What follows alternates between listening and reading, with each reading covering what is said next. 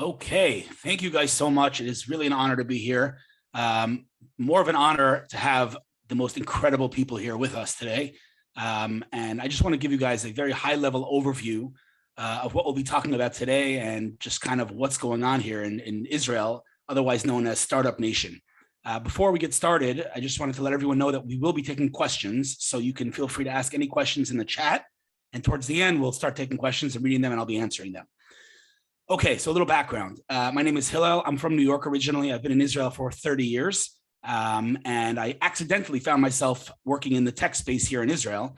As I mentioned, there is a book called Startup Nation that tries to answer the question, how is it that a country smaller than the size of New Jersey, with only 9 million people, has basically dominated every sector of technology?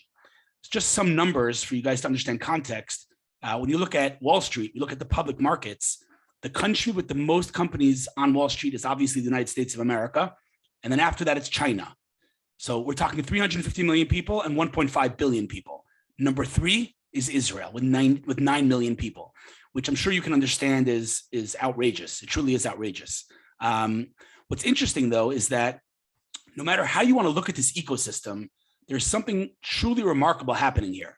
And I'm just going to give you guys a couple of examples, and then we're going to jump into the panel. And I'll shut up and let these guys talk because they're way more impressive than me, but just high level. So if you want to look at this ecosystem based on capital, how much capital is flowing in?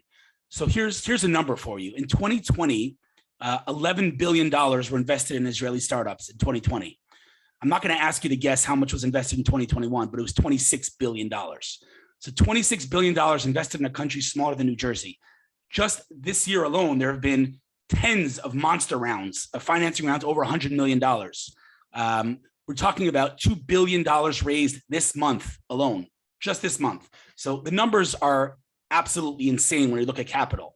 But more importantly than just the numbers is the quality of that capital, because every tier 1 investor pretty much in the world, definitely in Silicon Valley and New York and LA, have not only set up shop here, but they're deploying a lot of capital in Israeli companies. And even the top tier investors that have not set up shop here, for example, Andreessen Horowitz. For those that might not be familiar, Mark Andreessen was on the cover of Time magazine. He was the man who invented the modern web browser at Netscape.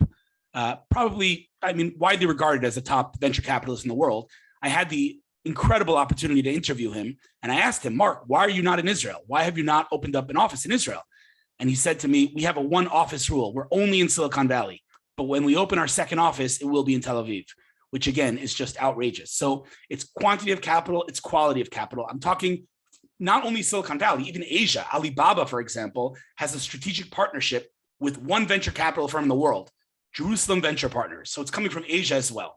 So that's fascinating. And then you look at the multinationals, right? All the large tech companies of the world, whether it's Google, Apple, Facebook, Microsoft, and on, all of them have not only set up shop in Israel, but are building core components of their experiences and of their products in Israel. So I'm assuming many of you are iPhone users. The Face ID on iPhone is a company, it was developed by a company called PrimeSense that Apple acquired. The chip, many of the components of the iPhone are built in Israel, but Microsoft Ventures, which is now operational in 40 countries, started in Herzliya, Israel. Facebook is building Facebook Lite for emerging markets, for Africa, where they don't necessarily have broadband and they can't really use the regular Facebook app. So Facebook Lite is being developed in Israel. And it goes on and on. All of the multinationals are in Israel building major parts of their portfolio in Israel. And then you look at the unicorns, right? So I'm assuming everyone here knows what a unicorn is. It's a term to describe a private company that's valued at over $1 billion. We're looking at close to 70 unicorns in Israel, which again, you have to put everything in perspective of how tiny this country is. And not only is it so tiny, but one might say it's in the worst neighborhood on earth, right? It's not exactly a stable region in the Middle East. And so despite that, 70 unicorns and growing very fast. That's another metric. And I would say like the most exciting and the most impressive metric to look at is what's called impact tech, right? Companies that are making the world a better place, but really making the world a better place. Not, some advertising company that's calling themselves, impact. I'm talking real impact. I'm talking cancer research. I'm talking mental health, pharmaceuticals. I mean, you name it. across the board, there are some absolutely remarkable companies being built and developed in Israel. I can tell you that I had the opportunity to interview one of the top authorities in cancer research in the world. And he went down the list of all of the cancer treatments and cures, and almost all of them were developed in Israel. So this is just a kind of a high-level overview of what's going on here. It truly is remarkable. And I would say that the weakest link, where Israel was not necessarily so strong over the years, was consumer. What I mean by that is we were obviously very good at cyber because of the military, semiconductors. And there were a couple of verticals that we were very strong at. But since we're such a small country, it's very hard to build a large, sustainable consumer company. And so that was always our weakest link. Today, we have 3 companies here who are all consumer companies, and they're all very, very successful companies. And I can tell you that I guarantee you, anyone who's here uses apps and uses things that were developed in Israel, you might not even know were developed in Israel. From Waze to Lightrix, that developed basically 2 of the top 10 paid apps in the App Store globally. An app called Facetune, which I'm sure you've heard of because all the celebrities use it. That's an Israeli company. Lemonade, which is disrupting insurance. And the list just goes on and on. There are quite a few incredible consumer companies. Fiverr, for example, everyone knows Fiverr. I'm assuming many of you didn't even know it was Israeli. So with that kind of high-level introduction and overview, we have really an amazing opportunity here to have 3 complete superstars, honestly, and I'm humbled that they agreed to come here. 3 companies that are really just incredible. So we have Yovav from Moovit, a company that provides, I would say, the world's most advanced data on public transportation. I'll let him explain it better than I can. We have Jor from a company called Lumen, which I can't even try to describe to you because I won't do it justice. He'll explain it to you. And we have Aaron here from MyHeritage, which, again, an unbelievably impactful company that is uniting families across the world and truly making the world a better place. So those are the 3 companies, all 3 consumer, all 3 worth a lot of money. Not that that's important, but it is. And I think let's just jump right in. So I'm going to start with Yovav. Yovav, if you could please give me a high-level overview of what is Moveit? Who are you? What do you do there? How do you explain its success? How do you view this? Talk to me about Moveit. Sure. So hi, everyone. And thanks, Hillel and the organizers for inviting me. So my name is Yovav. I'm the Chief Growth and Marketing Officer at Moveit. Moveit is now an Intel company. We were acquired 2 years ago, but we are celebrating our 10th year since founding the company. Our mission from the beginning, from day one, actually hasn't changed. We want to simplify urban mobility around the world. And by simplifying urban mobility, we believe that by making it easy, accessible for citizens who live in congested cities, and every city is becoming congested more and more, by allowing them to shift from using private cars to public and shared transportations, will do good for the world, will do good for society, will help people live better lives in their cities because there will be less pollution, safer streets, etc. So what we did from the beginning was to make public transportation information accessible to users in a free-to-download app called Moveit, available for iPhone, Android, also for the web. And in these 10 years, we've accumulated more than 1.3 billion users that have downloaded and used the app. And the reason for that is because we have the global and largest coverage of public transportation data. We provide the service in more than 3,500 cities across 112 countries.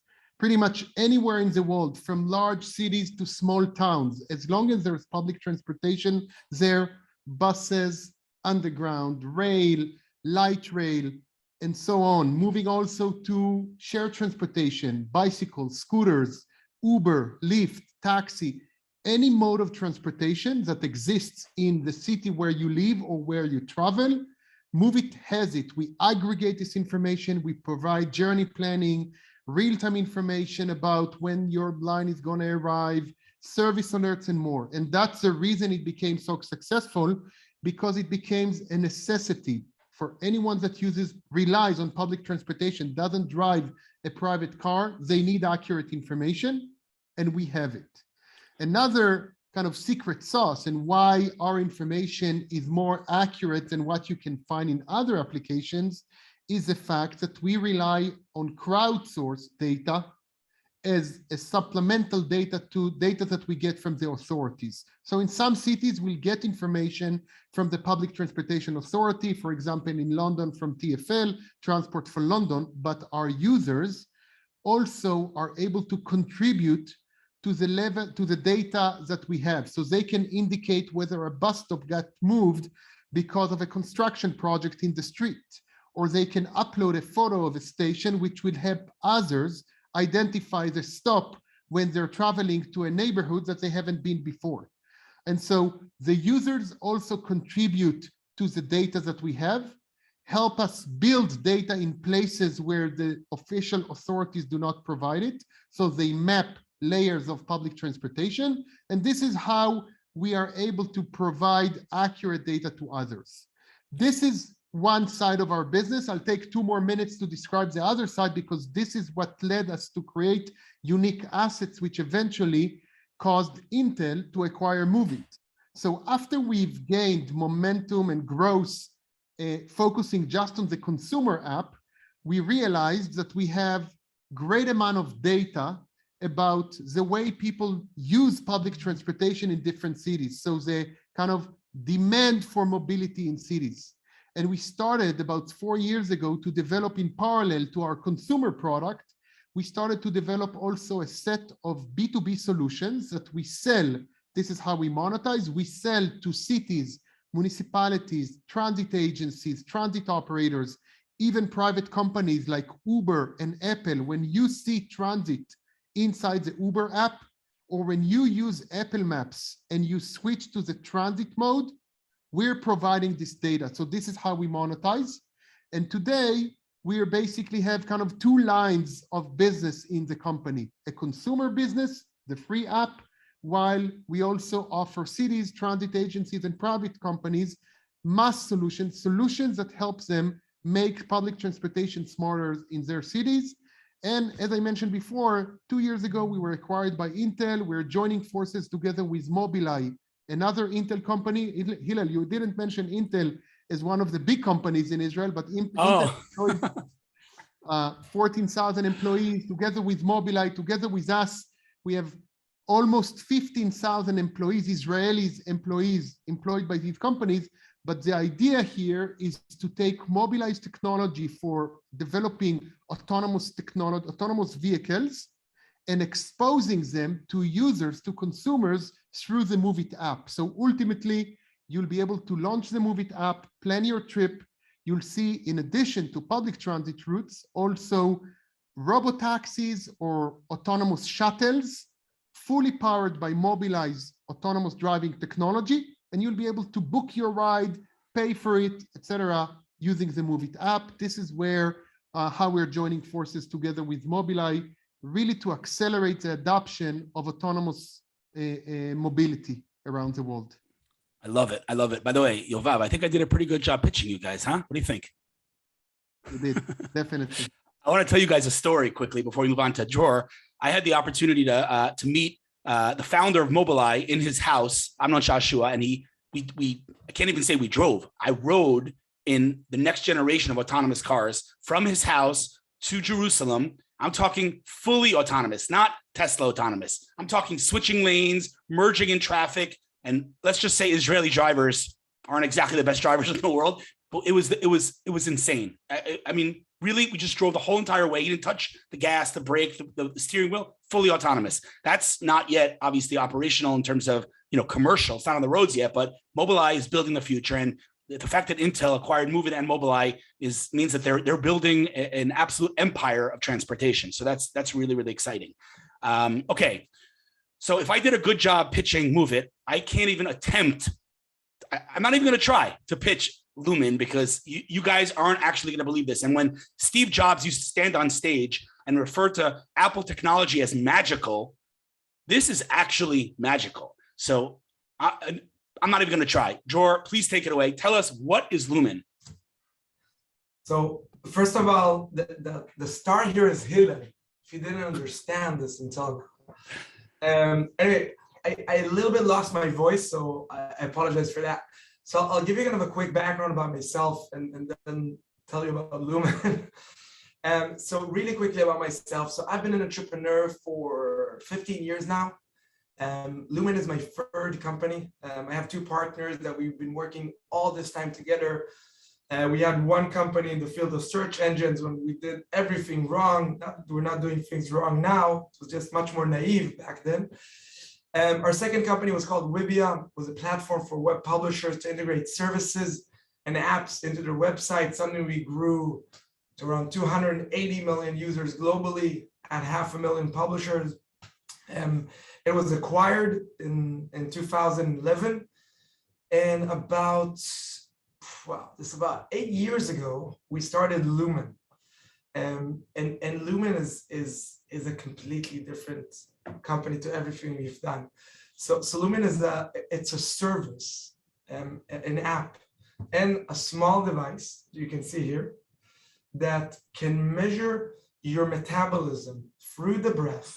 It can tell you how healthy your metabolism is, and the device itself can tell you if your body's burning fat or carbs. And when you measure in the morning, for example, it gives you a benchmark for the day. So you don't need to guess, how many calories did I eat yesterday, and how many carbs, did I sleep good, was I sedentary, how did that impact me? You can actually see what's going on without food logging, food tracking, whatever it is. So basically what we do is, for the first time ever, we monitor and track your metabolism, your metabolic health, your engine of the body, and then we provide you with guidance. We tell you what exactly you should be eating if you want to lose weight, or if you want to be healthier, whatever it is. And we keep you supported through this entire journey. So today we're the largest platform in the world for measuring metabolism. We have more than 1 million measurements a month. We have more than 21 million measurements. And we also collect, Apple Health Kit, Google Fit data. We did agreements with Garmin. Everything about you, we have the entire 360 visibility. So for the first time, we know everything around you, but we also know what's going on in your body. So pretty much you don't need to guess all that stuff. The company itself, we founded 8 years ago. It took us a very long time to reach this small thing. Until then, it would take about 45 minutes in a metabolic chamber or metabolic car to sit with a practitioner, and then eventually you would analyze what you're doing. And today we can do it in a single breath to actually understand what's going on with you. So one of the most exciting things about this is that this company specifically is that we're in the life-saving business. And I can't explain the impact each time I see that we change another person's lives. And today, it's more than 100,000 people. The company itself, it's growing really fast. We're only 80 people, but we shifted our business model. We used to sell these devices, and we shifted our model to actually support the service that we provide. And we shifted to a subscription model in September.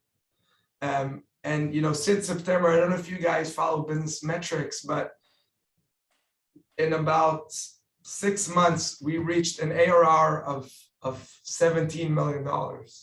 We're going to reach about $50 million of ARR at the end of this year. We're only 80 people. So it's growing really, really fast in the company-wise. So that's kind of in a nutshell about the company. Lots to do. Super exciting. Happy to ask, Hillel will go through and ask a lot of different questions if we'll have time. But definitely exciting, a lot of innovation, and hardware is very challenging. It took us 8 years for a reason. And I'm happy to answer any of your questions as we go. So Hillel, you can take it from here. I can talk a lot about we're going to circle back and get into a little more detail, but just so you understand, just in case you guys weren't clear about this, they have a device that you breathe into and it measures your metabolism. I don't even know where to start with that. That's just such deep tech, and it's hardware, and it's in Israel. There's so many reasons for Lumen to have not succeeded, and yet, despite all that, they're exploding. It's unbelievable to watch. So if I'm gonna maybe I don't know if this is a little bit of a far-fetched thing, but I think Moovit is making our planet healthier by making public transportation more accessible. Lumen is making our bodies healthier. And our third company, MyHeritage, is making families healthier. So Aaron, tell me a little bit about yourself and what is MyHeritage? Unmute Aaron. Hi, good evening, everyone. Thank you, Hillel.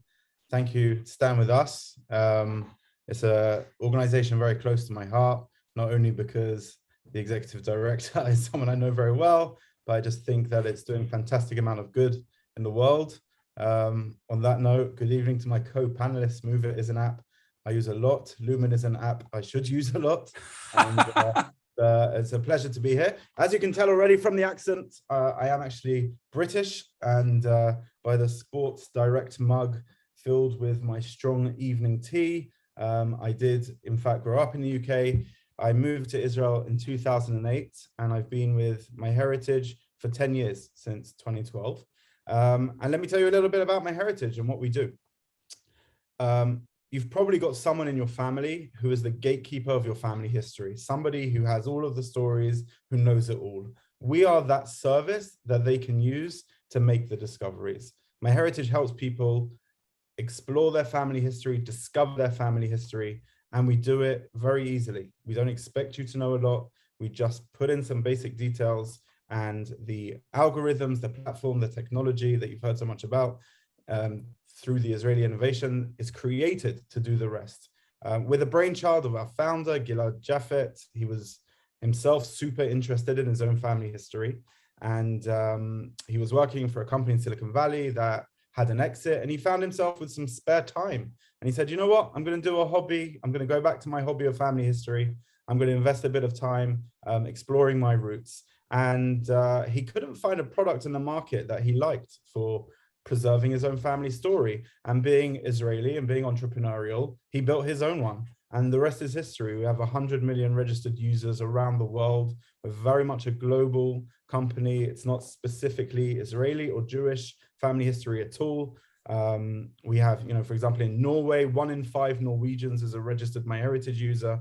And our aim is just to really help anyone make those discoveries. You can do that through historical documents. You can do that through building a family tree, or you can do that through a DNA test, which is a very popular way for people to discover their ethnic origins and find new relatives. Through all of these things, through all of these technologies, incredible discoveries are made. Families, as Hillel mentioned, families are literally reunited. And for me in marketing, you think all the time, like, do I have good content? Our problem is we have too much content. We have so many amazing stories that we share, that we are privileged to share with others in order to bring them in. So that's MyHeritage in a nutshell. Aaron, could you just do me a favor and just give me like one story? Because I remember last time we met, you told me some stories that were just like mind blowing. Just give me one story of one of your users and how they discovered and their family and got reunited. Just give me one story. I feel like I need one of these like wheels that I can spin just to give you one story from today.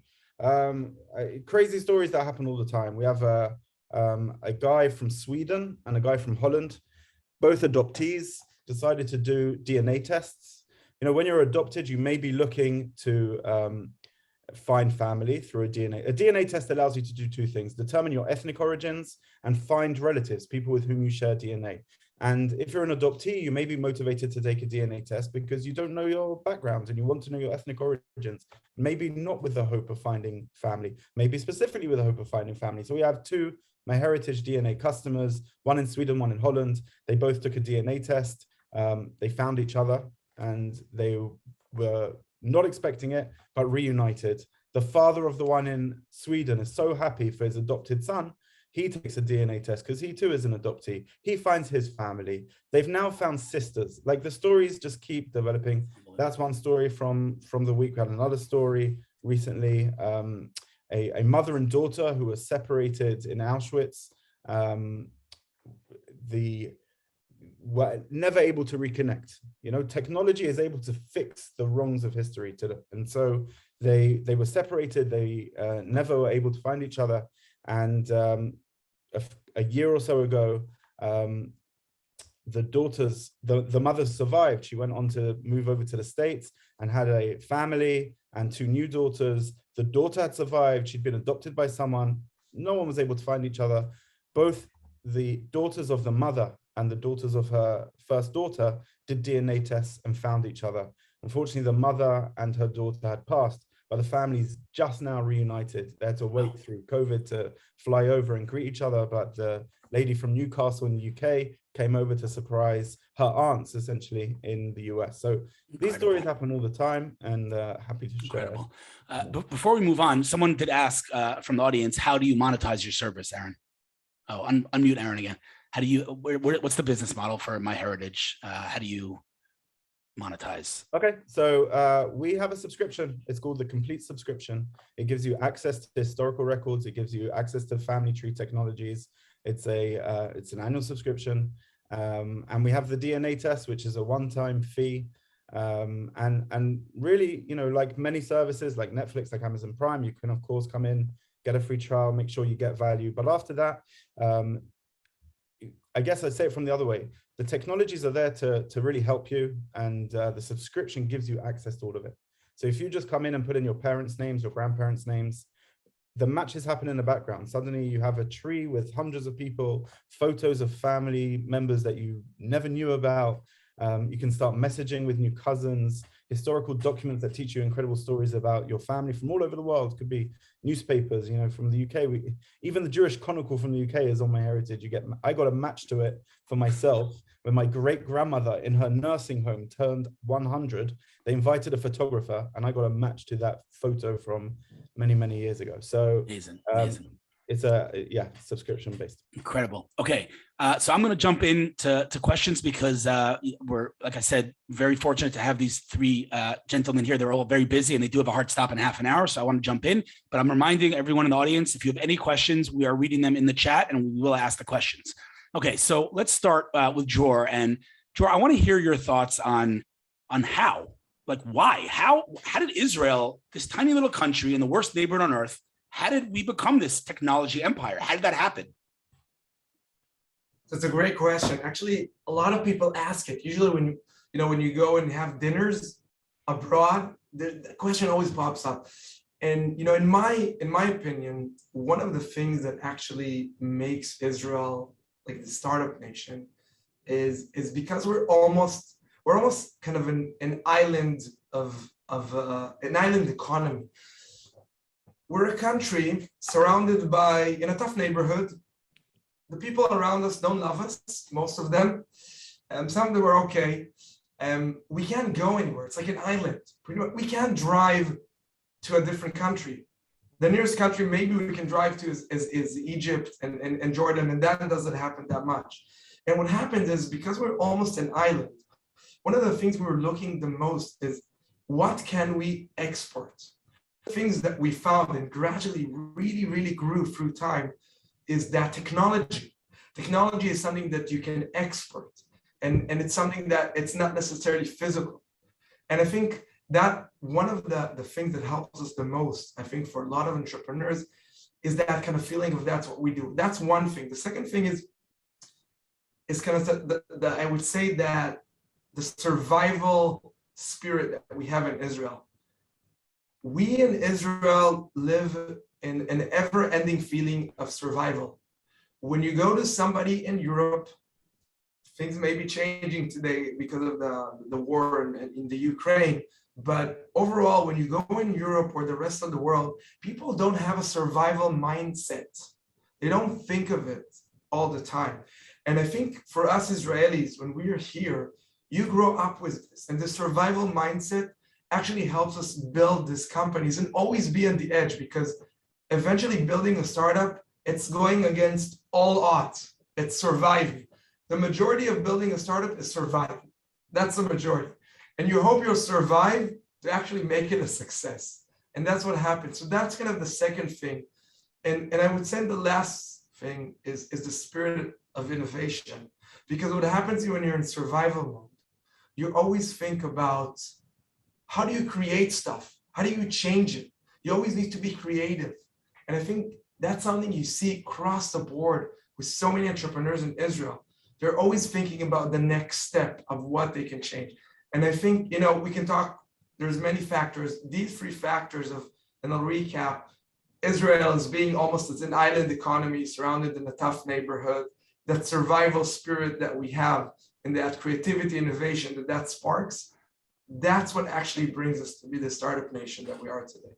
I love it. I love it. And all of you might notice that we keep referencing this phrase, the startup nation. As I mentioned, it's that book. But I have to say that here's a statistic that I'm not sure anybody here knows. I love the statistic. 2021 was the first year that Israel had more IPOs than exits. This is the first year that more companies went public than were sold.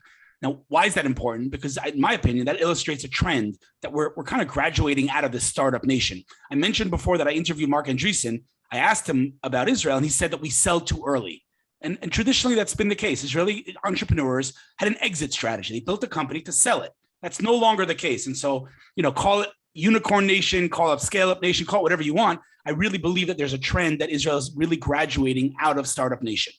Okay, Yovav, I know you have a hard stop, so I want to get as much juice out of you as I can. Yovav, how in the world did Moovit become this global brand in this tiny little country? And again, as a manifestation of what's going on in Israel, Moovit's just one example, but how do you explain it? Well, I think because, Dror touched it, that Israel is a very small country. You mentioned it as well. And that's why Israeli entrepreneurs don't just shoot and aim to build a big company just for Israel, like American entrepreneurs or even European ones. In America, if you're in the United States, you have a few good years to run as an entrepreneur until you get kind of dominance in the country. And it means that you have a total addressable market of 350 million users. In Israel, it doesn't exist. So from day one, we think global. From day one. And global doesn't have any boundaries. We don't say, oh, let's just go for Europe or let's just go for the United States. Global means all over the world. And that's where our thinking from day one. Of course, we matched it in the specific case of Moveit. We matched it with a problem that every citizen in every country, every city around the world has. There are, just to give you the perspective, there are 8 billion people around the world. Only 1 billion drive cars. The rest rely on public transportation. So the overall total addressable market for us was nearly 7 billion people. We knew that all of them face the same challenges. How do I get somewhere? Which bus should I take? When I'm waiting at the stop, when will the bus arrive? Will the underground work today or will there be work? So these questions are in every person's mind as long as they use public transportation. So that's why it became so big, because we solve a big problem, we address a huge market, and we become kind of a necessity, something a user uses twice a day at least to plan their trip, in some cases even to pay using their app for the trip, and it becomes something that they cannot live without. And I see the same phenomenon in other Israeli startups. But again, I think the state of mind of going global from day one and thinking globally in terms of localization of the service, what would it, in terms of excellence in user acquisition and marketing acquisition, when you do it digitally, you can do it all around the world. You don't need to be physical in every location. Amazing. I once heard the then CEO of Waze, Noam Bardin, talk about the decision to stay in Israel after Google acquired them for $1 billion. And he said, had I not left my R&D in Israel, we would never have succeeded. But had I not brought my sales and marketing to the US, we also wouldn't have succeeded. So I am curious, the next question, I want to go to Aaron, but I am curious about Moovit's kind of decision process to stay in Israel and build R&D in Israel, but we'll get to that in a minute. Aaron, how do you explain Israel's dominance in the technology sector? I think it's a combination of a few factors that you've already heard. I think it's the number one, the survival instinct, the feeling that things are temporary and you've got to make the most. But I also think it's this incredible attitude, which is so un-British, I cannot even begin to explain, but I will try for the audience here. In England, when you go into a shop or you go to the council and you ask them for something and they say no, and then you're like, oh, okay, it's no, right? In England, in Israel, it doesn't exist. There is no no. No is an invitation for you to try harder and convince till you get a yes.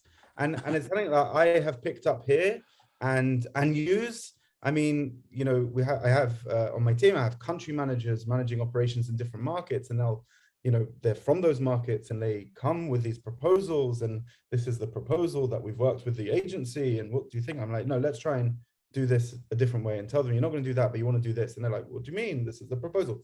It's a mentality that's just so, I don't know if it's a specifically Israeli or a Middle East thing, but I think when you can adopt it and when you can realize that there's always room for negotiation, because there is really always room for negotiation. And when you realize that, you're onto something. And then suddenly you can open doors that until then you would have considered closed. And I think that's a big factor.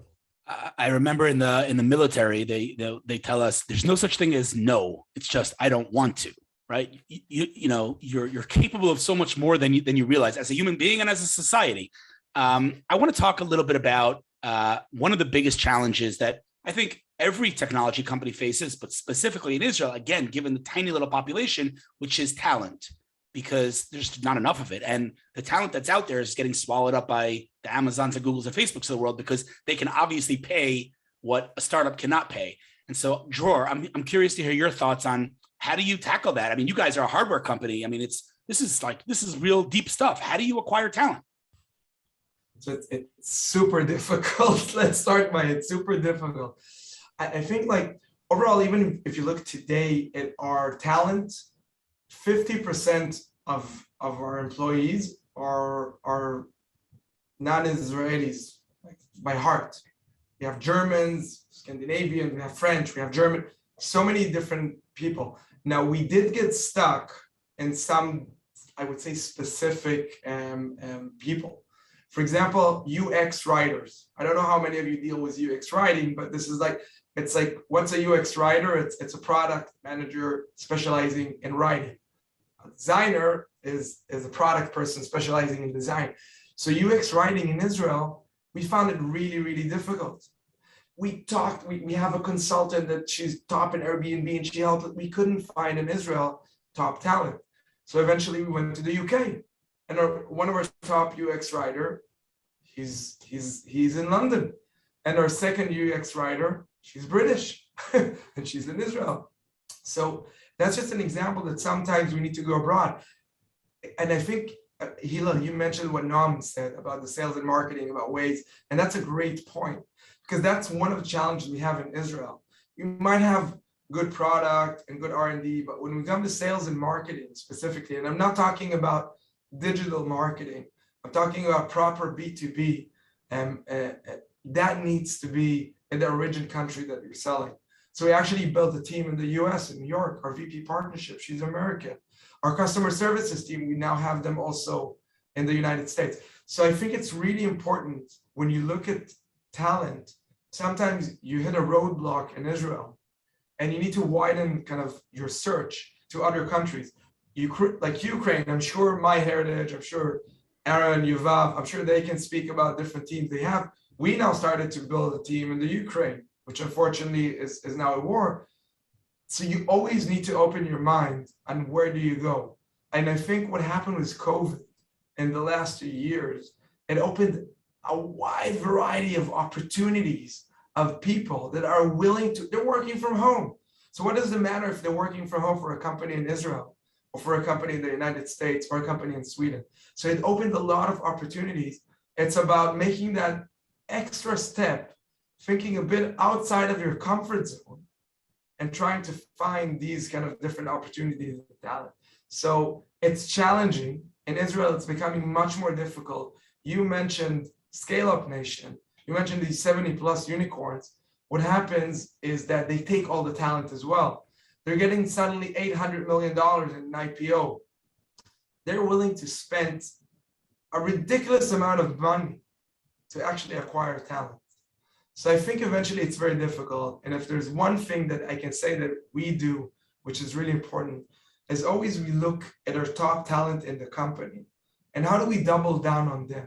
How do we double about our rock stars, about our top people in all the different layers, from juniors to mid-management? And we double down on them to make sure they can continue with the company. And the last thing I would say about bringing talent is about your leaders in the company. bringing a leader is somebody that can also bring talent, is somebody that people will follow. If you brought in a leader, he should be able to bring a few great people with him that will follow him to your company. And I would say that's another very important factor. Love it. Love it. Okay. I just want to be conscious of time here because I know that several of the panelists have a hard stop in a few minutes and there are questions from the crowd, but Yovav, if I can ask you in like a minute answer, give me 1 minute on how do you attack this lack of talent in Israel? Like what are you guys doing to address that problem? So we're actually not located in Tel Aviv. We're located in Nes Ziona, which is about 25 minutes south of Tel Aviv, which actually attracts some people who live in the area and don't want to actually travel into the city with all the traffic, etc. And in addition to that, of course, not all, some of our employees actually live in Tel Aviv. It's a matter of working on interesting problems, challenging problems, making a huge impact on the world. A lot of our employees and new hires, when we ask them, one of the first questions, why Moveit? They feel very good about doing good to the world. As you mentioned before, we make cities, we make the planet a better place to live, and a lot of people do it because of that mission. I love it. I love it. It's a really important point. And, you know, I can tell you that like I said, I'm a big fan. I've been following Moovit and, you know, what's interesting is that, you know, engineers today and talent in general aren't looking for the extra $5, you know, in their salary. Like Yovav said, they're looking to solve real problems. They're looking for companies with good company culture where it's a fun place to work, but the companies that are, you know, presenting technical challenges that challenge these people. And so, you know, it's true for all of these companies. Aaron, in 1 minute, what do you guys do? How many people work at MyHeritage and how do you attract talent? So today we're about 500 people spread over our offices. And I think, to be honest, for us, it's very much a mix of what Dror and Yovav both refer to. I think number one is our mission. We're helping really reunite families, and we're doing it with incredible technologies, cutting edge technologies. And so people get excited to work on those. The other aspect is being pragmatic. So our main office is in Or Yehuda, which is next to overlooking the airport. And yet we opened another office in Tel Aviv. You know, for some of the teams, whether it's support teams or sales teams, where you tend to hire language speakers, you tend to hire new immigrants, some of those who are, you know, young and living in Tel Aviv, they're not looking to travel by car to Or Yehuda near the airport, and they need to be somewhere local. So we have a center in Tel Aviv where they can jump on their scooter and head themselves over to our office there. We also, like Joe mentioned, we also have a team in the Ukraine. Thankfully, we were able to mostly help get out of the Ukraine, those that wanted to leave, and we work with them as well. We also don't let anything get in our way. I think that's another big part of it. If you don't have the talent, find an agency that can do it. Find a freelancer who can do it. Like, there can't be anything to prevent you from winning. Not having the talent cannot get in your way. So you have to find the right ways to do it. But I think it's a mix of a lot of these things, and that's how you get through it. Good stuff. Good stuff. I can tell you, you know, you mentioned Ukraine. I know that there are many Israeli companies that have pretty much put aside the business for now to just help, you know, refugees and people in Ukraine. I can tell you that I know of 4 startups in the mental health space that have literally allocated their servers to help adolescents in Ukraine deal with their emotional and mental health right now. And it's beautiful to see. Unfortunately, you know, war is never a good thing. And the fact that Israel as a country and the ecosystem is kind of stepping up to the plate is a beautiful thing. Okay, so there are questions from the crowd, but before we do that, and again, I know that there's hard stops here. I just want to ask one more question of the panelists, and then we'll go to the questions from the crowd. A question that I get a lot is, how can another how can another place, another location replicate what Israel has done? Is it possible? Because, you know, there's Silicon Valley, obviously, there's New York, there's like the hubs, right? But if I'm in wherever, I don't know, can I do what Israel did? Can I replicate it? And if so, how? What would you say would be the first piece of advice you would say to someone who's looking to duplicate and replicate what Israel has done? Aaron. Wow. I mean, I think that this is people talk about it, it's a melting pot. It's a melting pot of people. It's a melting pot of ideas. I don't know specifically of another country quite like this. I don't want to be arrogant enough to say that it can't happen in other countries. It does happen in other countries. There are unicorns in many countries, an incredible startup scene in the UK, and everywhere. So it doesn't have to happen in Israel. I think the fact is that it's one of the miracles of Israel, that it does happen in Israel, in such a small country, for all the reasons. It's kind of the fact that it also happens in Israel that's the main thing. And I think it's testament to everything that we've spoken about tonight that it happens here too. I do think that it is a incredible place of opportunities. I think you tend to think globally. You need to, we realize that we're not kind of alone and we need to reach a wider world. I think exactly what Yovav mentioned before about America. When you set up a startup in America, you're very happy because you can get a few million users without even thinking abroad. When you're in Israel, you need to think globally and you need to think bigger. So I don't think it's whether it can't happen in others. I just think it's an incredible, again, I think, you know, we look at the state of Israel and its founding. You have these people come over, swimming ashore, being given a shovel and a tent and say, go make a city. These people drain swamps. And then they came up with the best ways in the world to drain swamps. And then they turned those ideas into companies. So this is the kind of mentality that we have here, willing to do everything, high stakes, and everyone should come and join us. Many people have said that the state of Israel is the best startup in history. And there's a lot of truth to that. Yovav, if I am a citizen of some small country, who knows where, whatever, you know what? Singapore is an up and coming ecosystem. If I want to replicate what Israel has done, what would you say to me is your first piece of advice to just even begin to consider thinking of replicating what Israel has done? What's that piece of advice you would tell someone? Well, like I said, it's not just Israel done because it's the entrepreneurs, it's the ecosystem.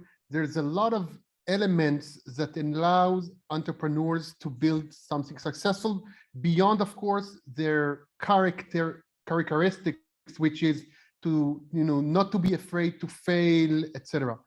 In terms of access to talent, definitely army universities eventually create a lot of talent, engineering, and more than that, that can be part of these startups.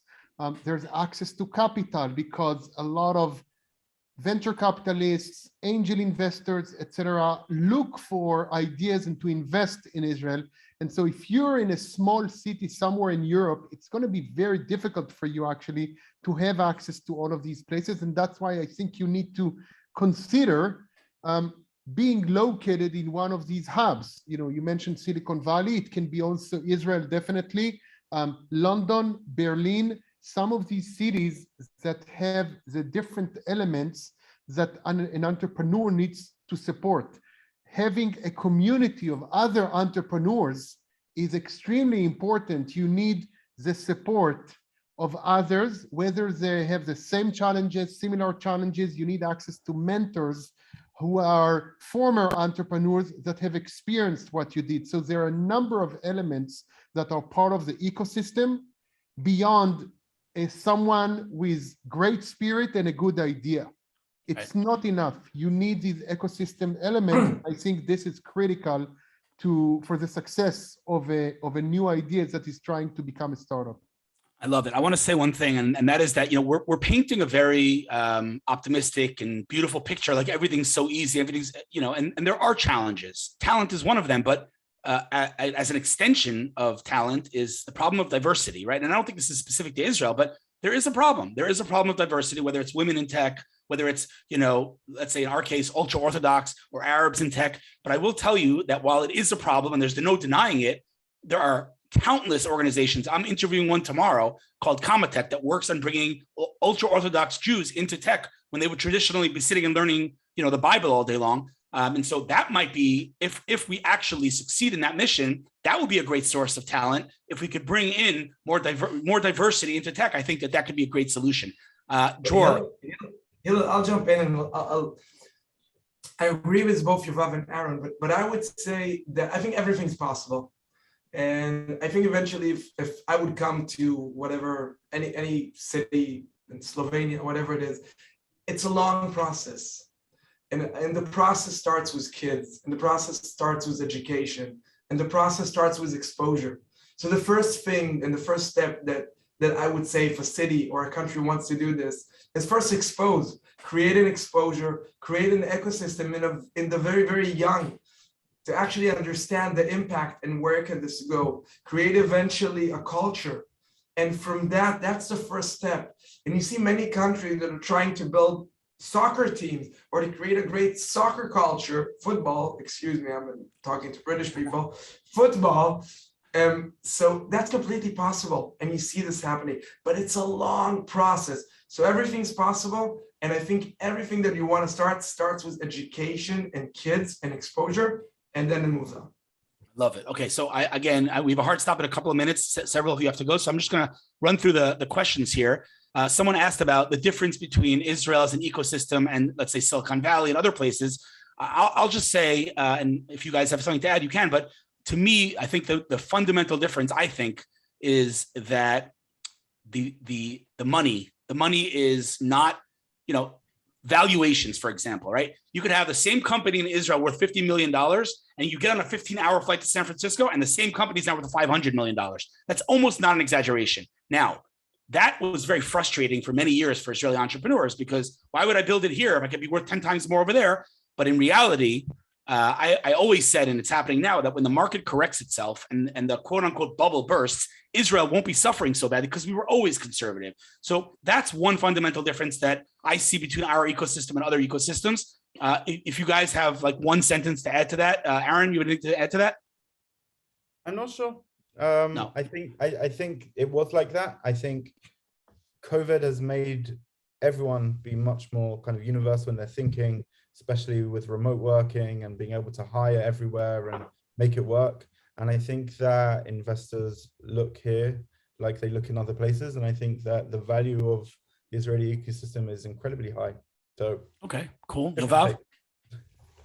Nothing more to add. Okay, Dror? No.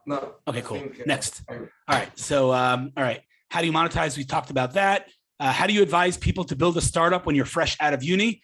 Again, I'm going to answer this, just a lack of time. There's no rules. Anybody who gives you rules on how to build startups, fire them. All right. There's no one that can tell you that if you do ABC, you're going to be the next Google. Having said that, there are some components that are necessary, meaning when someone says to me, I want to be an entrepreneur, I know that they're not going to be a successful entrepreneur, because you don't want to be an entrepreneur. You either are or you aren't. And so instead of, how do I build a startup? It's what are some problems that we experience as a society and how do I solve them? That should be the mindset. And so that's my 2 cents on how do you start a startup out of university, is figure out a real pain point that maybe you feel, or your family members or your friends, somebody feels a real pain point, and you aim to solve that pain point, and not how do I build a startup? Because if that's your goal, you'll never succeed. You'll have anything to add? Exactly. Find a real problem, hopefully, and make sure that there's a big market that suffers from this problem. Don't waste your time eventually on small or problems that you fall in love with, but very few people have the same problem. Otherwise, you'll be able to build something, but very, very quickly you'll actually reach a kind of a glass ceiling. So right. A real problem with a big market, solve it. Things will eventually work out. Fall into place. Love it. Dror? You can talk an hour about this. I would just summarize it and just say start, and you'll find out if it's good, if it's for you or for not. Just start. 100%. You'll learn. You'll do mistakes. That's it. Love it. The CEO of Fiverr once told me that when he started Fiverr, I'm sure many of you have heard of Fiverr. It was like a $5 marketplace. They've evolved since then, but he literally built this platform and gave it to 5 of his friends and family members. And that's all. He didn't do any marketing. And the thing was, it was a real need. People wanted it and needed it. So it spread like wildfire. I'm not saying that's a good strategy. I'm not saying that you can count on that. But if you build a product that people need, people will use it, and I'm obviously oversimplifying, but that's just the way of the world. Aaron, anything to add on that? I'd just say execute fast and execute well. If you do those 2 things, if you can make sure you're first and you can make sure you're better, you have a chance. Okay, last question from the crowd. Did you make any validation process before starting developing the app? That's a great question. Yovav, what kind of validation did you guys do before writing code? We started to develop first a web version, a minimal web version that was available just in Israel with Israeli public transit data. We showed it to user. It didn't have a great user interface, etc. But we checked whether users are actually using it and coming back again and again. And the answer was positive because it solved a real problem. Once we validated that, Then we made an iPhone version and an Android version, and we started to expand globally while continuing to check that the same reaction exists in other places around the world. So to sum up your answer in one word, data. Data. Right? Yep. All right, cool. Dror, how did you validate that people want your product? We faked it. We pretty much what we did is we took a roll up to gyms in New York. We took a box that was completely fake. It was an iPhone box. It was covered by our design. We took a device that was nothing inside. It was just light. We created an app that does nothing. It will tell you breathe in. When you finished, click. You click, it loads fake, and it gives you a random result. And we had flyers, and we sold these imaginary things, and people had to actually eventually write an NPS score. Would you recommend this to a colleague? And that's how we started to understand if there's a need, if people are interested. And just by the wow factor and the data we got, it was fascinating. By the way, it's a process called, if you're interested, it's product discovery. It's built by Marty Kagan. He was the chief product officer of eBay. He has a great book called How to Create Products Consumers Love. Best process ever to get started without actually developing one line of code. I love it. Aaron, how did you validate that people want this thing? I think for us, it was a different story because people have always been recording their family histories, right? People have always been doing it. And, you know, anyone here that met with their grandparents will know that the stories have passed down through generation. Our goal was just to come in and make it accessible.